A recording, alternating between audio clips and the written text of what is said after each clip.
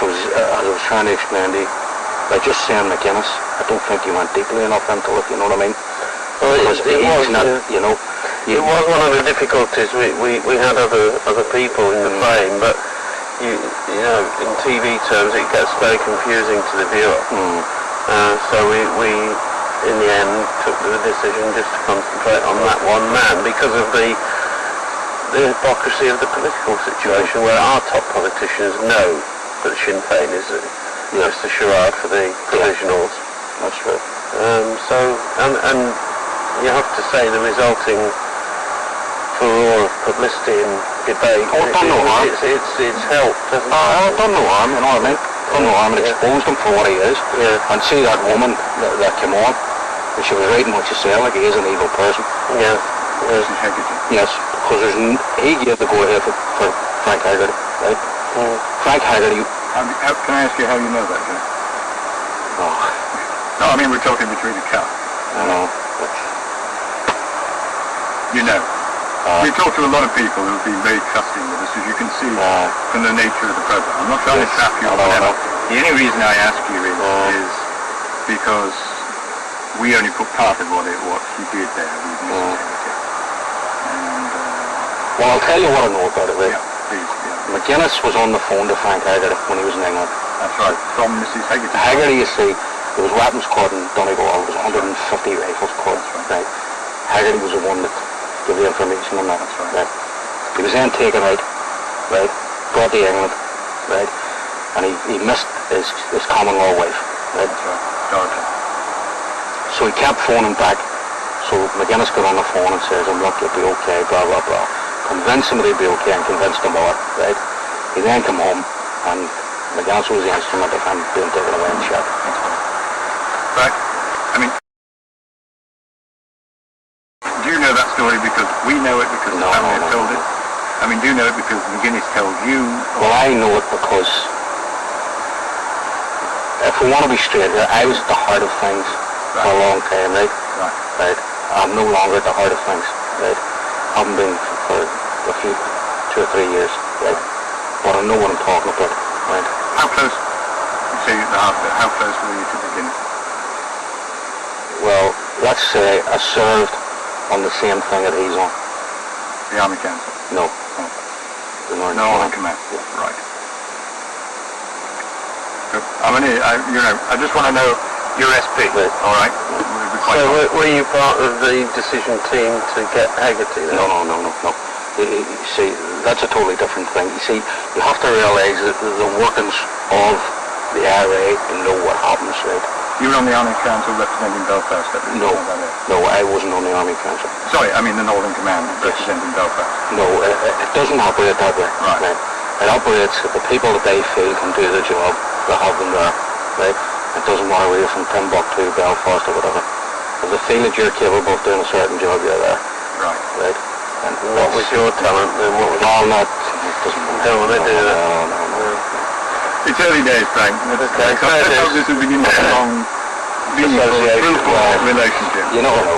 But I'm just trying to let you know that I know what I'm talking about. Yeah. That's fine, Jack. I mean, we're not trying to trip you up, but you don't know us, we don't know you. Well, I know exactly, right. He's off their story. You could be a plant. No, you could be a plant. You could be anything. You could be trying to set us up in any shape or form so that McGuinness can turn around and discredit it. That's why I ask you, for your bona fides. People have, as you can say, as you can see from the program, we wish we'd had an hour because we have a lot of material and a lot of people who talk to us from all sorts of angles. So it's nice to talk to somebody who's alongside. Did you meet him on a Tuesday with?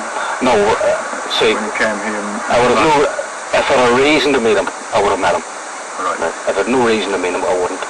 How did you contact McGuinness? I mean, what is the way he stops the security forces listening to his phone? Does he have a way of? How's it done? Well, right. Say he's an arrangement to meet someone.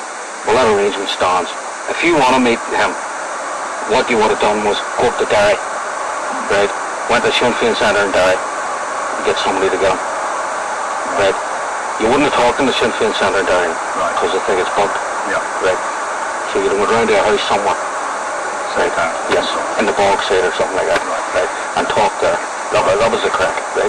They don't talk in the centres. Right. No, I'm sure. Right. Now they do a lot of business in their centres, but hard IRA business they don't do. Right. They do. Like if you want to talk, it might shock you. We're going on all stuff about kneecapping people and stuff like that. You know, that's done in their centres. You know what I mean? But not actually going out to murder people and stuff like that. Right? That's never done that. Elsewhere. But the truth that they are interrogation centres, the Sinn Fein centres, and used for kneecappings and other things, and kangaroo courts. Well, what would you say about kangaroo courts?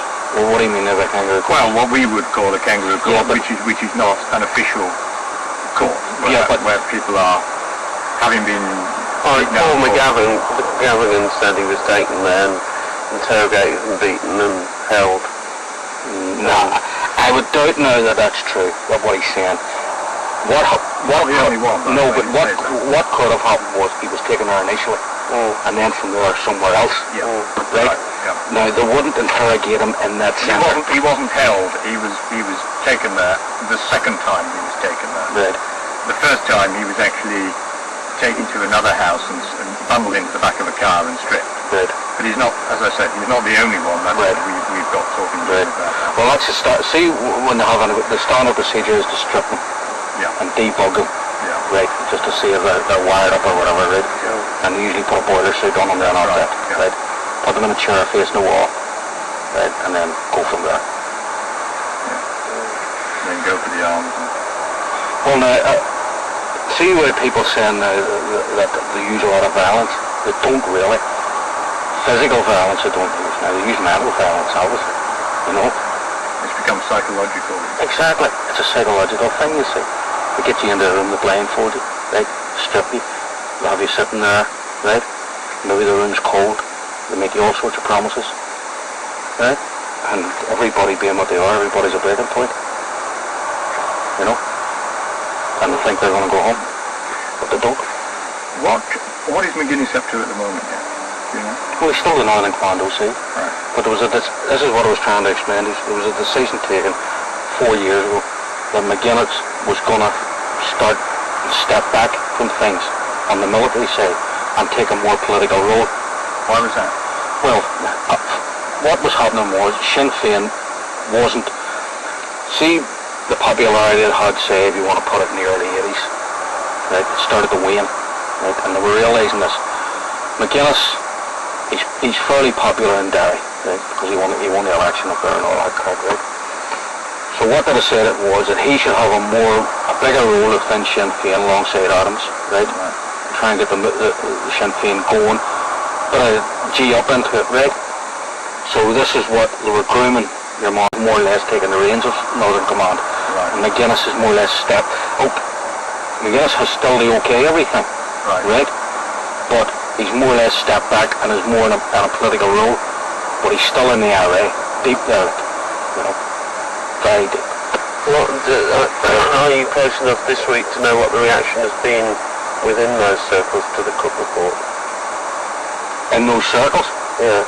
Well, I was talking to a couple of people today now, but they wouldn't have no connection with McGuinness, right? And they're livid. Obviously, they're putting this thing out that it's British propaganda, blah blah blah. They have to do that, right? To try and discredit the Cook report, right? But I think with Mrs. Haggerty, with Ford, a couple of other people, I think that was the damaging one. Yes, very much. I think it was going to be super crashes. They thought it was all going to be Raymond Gilmore because we leaked that to give them a bit of a false sense of security, and they thought that was just the old shit coming out. Because Gilmore, you see, has been more or less discredited. Yeah. You know what I mean? You know. And Gilmore at his time, of course, was dealing with Duxie Doherty and not directly. No. With McGuinness. No. And see, Bino Casey really, he was only there a short while, right? He met McGuinness now and again, but not, you know. Not everything. No. But I mean, they there were a lot of other people in there who were quite anonymous. Yeah, right. Who were certainly around when things happened. How long were you in the organisation, Jim? Probably 2 years. Bloody hell. That's a long time. And did you start as, you must have been a young man going back to early 1970, here in Belfast? Well, actually 1969. You started in 69? Yeah. Right. You were around on the 12th and 13th of Oh, August. yeah. So was I. Oh, yeah? Yeah. Oh, we all did daft things up the family. Yeah. The Crumlin, the Falls, and the Bloody Shankill in those days. Yes. Happy day. So you'd be quite a young man then? Me? No, not. I said In then. those days, Yes. What were you, about 23, 24? Yeah. You're getting rid of me. You're getting rid of me bit by bit. You could call it our very poor interrogation technique. Yeah, right. What? So you obviously rose up through the ranks. Yes. So were you side by side with McGuinness? No. He's the type of person you don't get side by side with. Right. He's a very cold person. Right? So he's not. He doesn't have friends within the IRA. He has what he calls comrades, but he doesn't have friends as such. Right. He frowns on womanizing. He frowns on drinking people and stuff like that. Right? He's a very moralistic person. There's a suggestion that he has a drink problem because his wife seems to buy an awful lot of vodka each week. I don't think it's him. No, I think it could be her. Yeah, well, I've heard both ways. Both sides have suggested That would be understandable. That must be difficult to go to bed with a man who has so much blood on his hands. Well, you see, the thing is, you people live in England, you just don't realise. A lot of women who are married to Irish men don't think that way. You know, their husband goes out, that's it. What they do, it's their business. Yeah. We're looking to make a programme to go out this coming Tuesday, and we'd like to have some new material. We've got some, obviously, that we haven't used. Is there anything you could point us to that would, you think, would hurt him further, that he would know we've got right to the heart of things, that nobody else knows and we could expose on television? I mean, we could do what we did last week and put the voiceover as an actor with the information, if we could check it out and verify it and corroborate it. How do you check out some of the things I would tell you? Well, if you tell them us, we've got our own sources. Yeah, obviously you have. And other people who might have known about it. What Jack's worried about is that there are instances which are specific and only specific to yourself. Yes. And that you are identifiable by that. Yeah. Obviously that has been the situation with everybody we have talked to. And we have been very careful to make sure that everybody in the program, there was no way that anybody could get back to them. So we've been very careful on that. What all those people who you talk to, who are anonymous in the program, who were given a pseudonym, we knew were genuine what they were telling us. But we only took out small bits of very long statements and affidavits from them. So from that point of view, we're not they can't tell. We already know they've tried checking and they can't find out who these people are. We're not in the business of getting people shocked at. I mean, that's not what we're after. Well, you see, things that I would be giving you would be people's lives we'd take it, you see.